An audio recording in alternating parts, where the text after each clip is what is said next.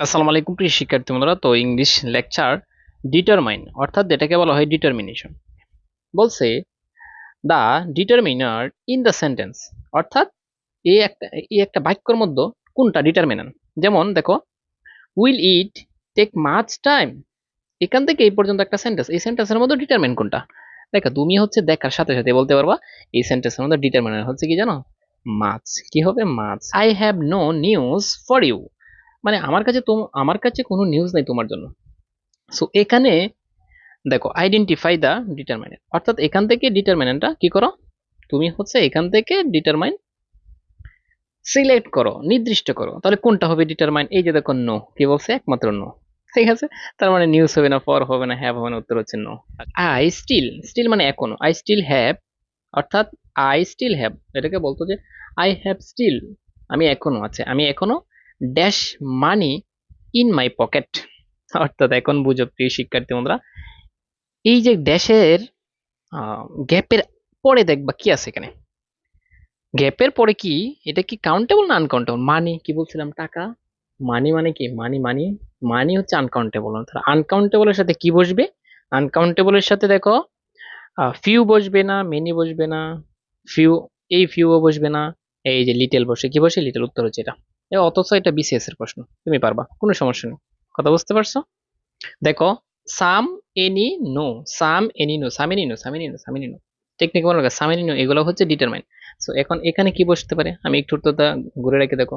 বলছে I have dash interest, I have dash interest in the matter, অর্থাৎ যদি কোনো আগ্রহ হতে বোঝায় তাহলে আই হ্যাভ নো হবে, I have no interest in the matter, আমার এই বিষয়ের মধ্যে কোনো আগ্রহ নেই, তাহলে আই হ্যাভ নো হবে।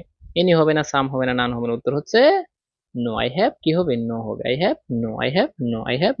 সো দেখো কি বলছে, আইডেন্টিফাই দ্য ডিটারমাইনার। বলছে me, bring me that books, আমাকে বইটা আনতে হবে, আমাকে এই বইটা আনতে হবে। তো এখানে দ্যাট কি বুঝাইছে, বা এখানে ডিটারমাইনার কোনটা? এই যে দ্যাট, দ্যাট হচ্ছে ডিটারমাইন, এগুলো হবে না, এগুলো হবে না। ঠিক আছে, ডিটারমাইনার শনাক্ত করো।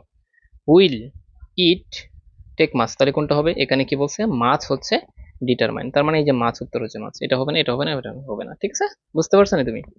আচ্ছা, এরপরে দেখো, আমি যদি বলি এখানে my reading room display a beautiful painting of S M Sultan. ঠিক আছে, এস এম সুলতান। তো এখানে বলছে here the word my, my এখানে কোন ডিটারমাইনার? তাহলে মাই কি বলছিলাম?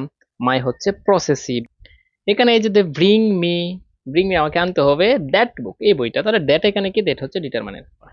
আমি যদি তোমাদেরকে বলি ওয়াল, অ্যানাদার, এনি, বোর্ড, ইচ, তারপর হচ্ছে নাইদার, এগুলোকে কি বলা হয়? তার মানে অটোমেটিক উত্তর হচ্ছে এটা। আচ্ছা, আই নাইদার, একটা হচ্ছে আইদার আর একটা কি নাইদার। তাহলে আইদার, এখানে আইদারটা কি হবে? এই যে দেখো ডিটারমাইন, এখানে আইদার কি? ডিটারমাইন হবে। বলছে দেয়ার ইজ আছে little hope in his case, অর্থাৎ লিটল যেখানে থাকবে এটা হচ্ছে নেই বললেই চলে। এটার অর্থ কি বোঝাচ্ছে?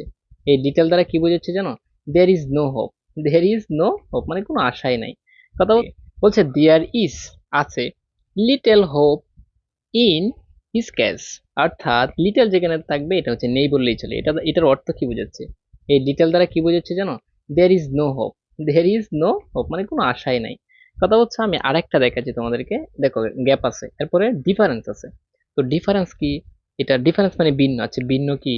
এটা কি দেখা যায় মানে ভিন্ন যে, এই জিনিসটা কাউন্টেবল না আনকাউন্টেবল? এখন আমি তোমাকে একটা টেকনিক বলবো, যে আনকাউন্টেবল যদি থাকে তাহলে লিটল হবে, আনকাউন্টেবল যেখানে থাকবে লিটল, এখানে মেনি হবে না, ফিউ হবে না। আর যদি কাউন্টেবল থাকে তখন হচ্ছে ফিউ হবে। জাস্ট এই দুইটা টেকনিক মনে রাখো।